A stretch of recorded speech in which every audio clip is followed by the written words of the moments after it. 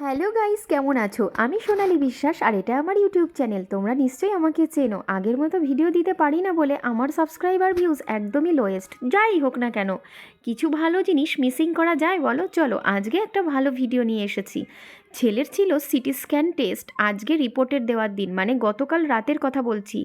আজকে হচ্ছে শুক্রবার, এটা বৃহস্পতিবারের ভিডিও। সিটি স্ক্যানের রিপোর্টটা 6:30টার মধ্যে দিয়ে দেওয়াতে আমরা ডাক্তার দেখিয়ে একবারে চলে আসছিলাম।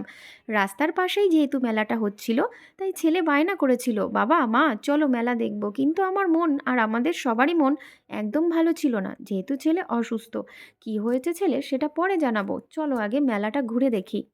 ভগবান আমার কপালে কত দুঃখ লিখে রেখেছে, আসলে ভাবনা চিন্তা করেই হয়তো লিখে রেখেছে। আর আমি এগুলো নিয়ে একদম ভয় পাই না, কারণ কি ভয় পেয়ে লাভ কি? যখন যার ভাগ্যে যেমন থাকে সে তো সেটা নিয়েই চলবে। দেখো, কত সুন্দর একটা ছোট টমেটো গাছে ছোট ছোট টমেটো হয়েছে, আর বিভিন্ন ধরনের গাছগুলো তোমরা দেখতে থাকো, আর আমার জীবনের কিছু গল্পও তোমাদের শোনাবো। ছোট একটা মোসাম্বি না কমলা লেবুর গাছ দেখতে পাচ্ছ, তার পাশেই একটা টমেটো গাছ। আমি তো এগুলো দেখে সত্যি ভালো লাগছিল, যেহেতু আমার ফোনটা অতটাও ভালো না, যেটুকু ছবি আসছে তোমাদেরকে দেখাতে নিয়ে চলে এলাম। আর দেখো, এটা চিচিঙ্গা, কেউ কেউ পূর্ব বাংলার মানুষ কুশি বলেও ডাকে। সত্যি কথা বলতে আমাদের চাকদা নদিয়ার মানুষ এটা চিচিঙ্গা বলে, তাই জন্য আমিও বলি। আর এটা দেখো, এক ধরনের বেগুন, বেগুনটা কত অদ্ভুত না? আসলে আমরা তো বেগুনি কালার, সবুজ আর সাদা রঙেরই বেগুন দেখি, এটা একটু অন্যরকম। যদিও অনেকেই দেখেছে, আমি কিন্তু দেখিনি। আর দেখো, টবের মধ্যে লাউ গাছ লাগিয়েছে, আবার একটা লাউও হয়েছে, বাহ কি সুন্দর! এই লোকের গাছটা কিন্তু ফার্স্ট হওয়াই দরকার। না না, ইনি হয়তো ফার্স্ট হয়নি, সেকেন্ড হয়ে গেছে পাশের জন। তো যাই হোক, এখানে কি হয় বলো তো, এই ফুলের মেলাটা ভীষণ বড়। এখানে যারা যারা বাড়িতে গাছ পালন করে, মানে গাছ লাগায় বা গাছ ভালোবাসে, সেই সমস্ত মানুষরা তাদের কলমের চারা গাছ, ফুল ফল, বিভিন্ন ধরনের সবজি, ছোট ছোট গাছে ফল আসে, বা অদ্ভুত ধরনের কোনো গাছ, যেমন ধরো ছোট একটা বট গাছ হয়, এরকম ধরনের গাছ এখানে নিয়ে আসে। এইরকম ধরনের কলমের গাছগুলো যারা যারা ভালোবাসে তারাই মেলাতে নিয়ে আসে, আর তারা ফার্স্ট সেকেন্ড হিসাবে বিবেচিত হয় আর অনেক পুরস্কার পায়। আর এটা দেখো, সবেদা গাছ কত ছোট, তাই না? এই সবেদা গাছে আবার ভর্তি সবেদা এসেছে। সত্যি কথা বলতে বাড়ির বাইরে বেরোলে কত কিছুই না দেখা যায়। আসলে আমার তো বেরোনোই হয় না। যাই হোক, বিভিন্ন গাছ আছে জানো তো, আমি সবটা তোমাদের দেখালাম না, কারণ আমার বড্ড ঠান্ডা লাগছিল, যেহেতু আমি ছেলের একটা টেস্ট ছিল আজকে, মনটা সবারই খারাপ। আর ছেলের হাতে প্রচণ্ড ব্যথা, যেহেতু ওর চ্যানেল করা হয়েছে, ওকে ইঞ্জেকশন দেওয়া হয়েছে, তাই আমার মনটা একদম ভালো ছিল না, আমার মনটা। তো যাই হোক, এই মেলাটায় যখন এসেছি কিছুটা তো ঘুরে দেখাই চলে। এই দিকটায় চলে এসে দেখলাম বড় একটা স্টেজ বানিয়েছে, স্টেজে বিভিন্ন ধরনের অনুষ্ঠানও হচ্ছে।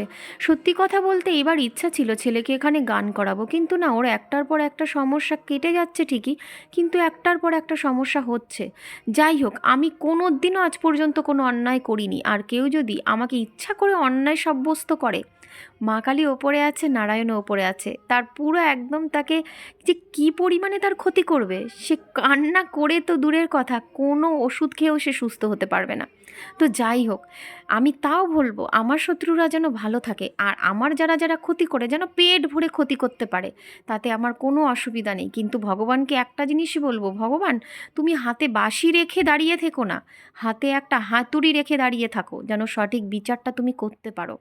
যাই হোক, চলো বন্ধুরা, এটা হয়েছে থার্ড। দেখো এই গাছটা কেমন একটা অদ্ভুত, এর গাছটা কিন্তু পর্ণমোচী মনে হয়। পর্ণমোচী মানে বুঝতে পারছো তো, পাতা নেই, পাতাটা পুরো ছেড়ে দিয়েছে। এটা কিন্তু অনেকটা ছোট একটা গাছ, মানে আমি কিন্তু ক্যামেরাটা অনেক কাছের থেকে নিয়েছি, পাশেরটাও সেম। আর এটা কৃষ্ণচূড়া গাছ, থার্ড হয়েছে একজন। কি সুন্দর দেখো, এত ছোট টবে আবার শিকড় সমেত একটা ছোট্ট কৃষ্ণচূড়া, নাকি না না সরি, কৃষ্ণচূড়া নয় তো, আমি ভুল বলেছি তোমাদের, এটা কাগজ ফুলের গাছ গো। একটা গাছে দু রকম ফুল হয়েছে, তার পাশেরটা একটা হলুদ হলুদ মতো ফুল, বেশ সুন্দর লাগছে তাই না? আমার ভালোই লাগছে, আমার তো এসব একদম ভালো লাগে, কিন্তু আমার দুর্ভাগ্য আমি ছাদে গাছ লাগাতে পারি না, কারণ আমাদের এখানে না মাটির বড্ড অভাব, মাটি নেই, আর মাটি কিনে গাছ লাগানোর মতো ক্ষমতাও আমার নেই সত্যি কথা বলতে।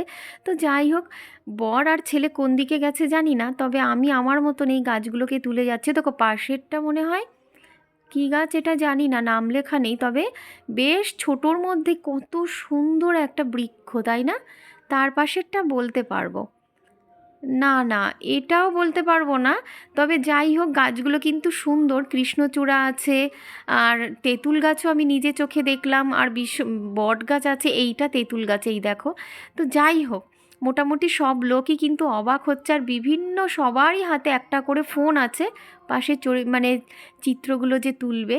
আর এদিকে আবার ঘুরে ফিরে চলে এলাম টমেটো গাছ তুলতে। আর এ দেখো, একটা ফুলকপি পার্পেল কালারের হয়েছে, বাঁধাকপিও আছে, মোসাম্বি লেবুও আছে, অরেঞ্জও আছে। আর এদিকে সেই লাউ গাছ, আর কালো কালো দেখো, ওই দেখো কালো টমেটো, মানে এটা ভাবাই যায় না যে কালো রঙেরও টমেটো হয়।